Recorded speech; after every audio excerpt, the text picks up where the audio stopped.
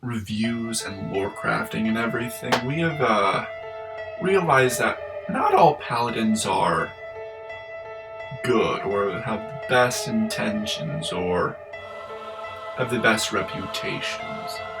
That is true for this one. Hello, welcome back, or welcome to DIS. I am Decidia, and you are hearing me speak again, or for the first time. Whichever it is, welcome. I am glad to see you here, or hear you, or whatever. Comment down below letting me know you're here. That would be wonderful. And today we are going into the Paladin. This is called the Oath of the Archdevil, which should be very, very interesting, very dark and brooding and everything. So without further ado, let's get into it. Oath of the Archdevils. The most terrible enemy is the one you called brother. Corrupted by sin and thirst of power, mad or beguiled by the lure of hell's promises, some paladins abandon the way of light to embrace the darkness. They act as spies, infiltrating through the immortal society to plot and realize the plans of their devilish masters. At the height of power, some of these Black Knights become ambassadors of the Nine Hells, lieutenants of the damned on earth. Each of these fallen paladins dedicates all his mortal life to the service of an archdevil, the lord of a circle of the Nine Hells, hoping his slavery on earth is worth a place of honor in hell. Tenets of Archdevils. Formulas and words of this oath change according to the archdevil to which the paladin submits. There are, however, principles that do not vary, binding rules that show the disciple a way to reach the power. I am his puppet. You abide to the commands you master, the archdevil to whom you have sworn allegiance. Your obedience will be rewarded. Instigate hatred. Divide your enemies by deception, drive a wedge, and put them against each other. This is the first rule to dominate them. Dividi et impera. Divided enemies means weaker enemies. Seize the moment, strike them, and subjugate them to the Nine Hells' power. Obliterate all resistance. Eradicate any rebellion in the bud, and do not allow your authority to be challenged. Oath spells. You gain oath spells at paladin levels listed below. Oath of Archdevil spells, paladin level, and spells.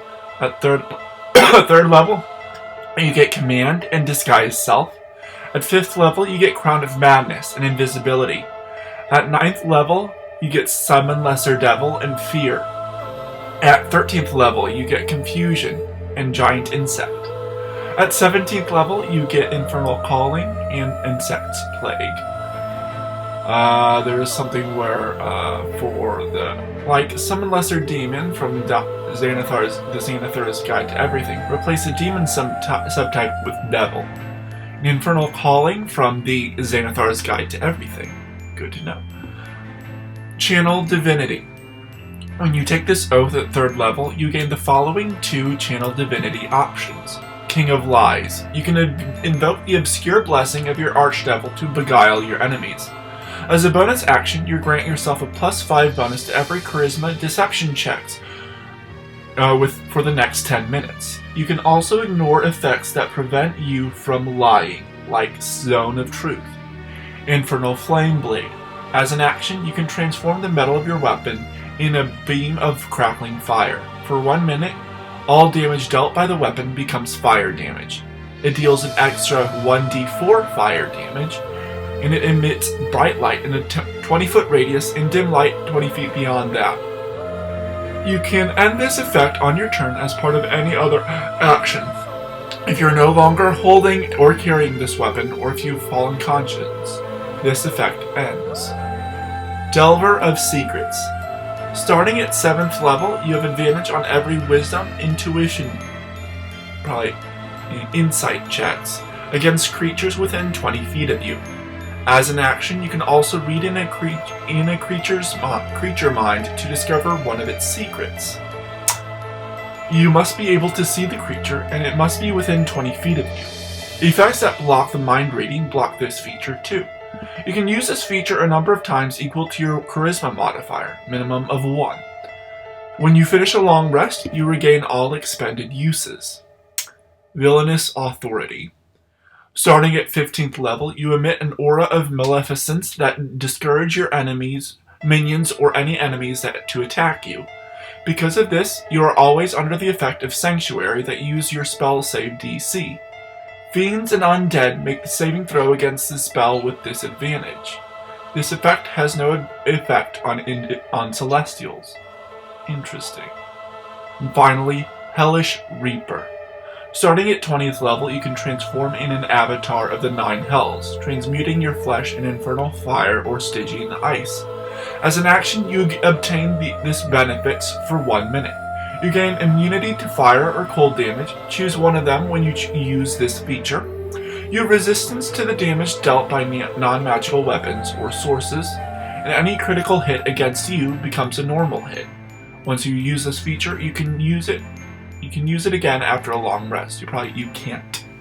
There is some grammatical changes or whatever, but on to the review itself. Alright, on to the review itself. Let me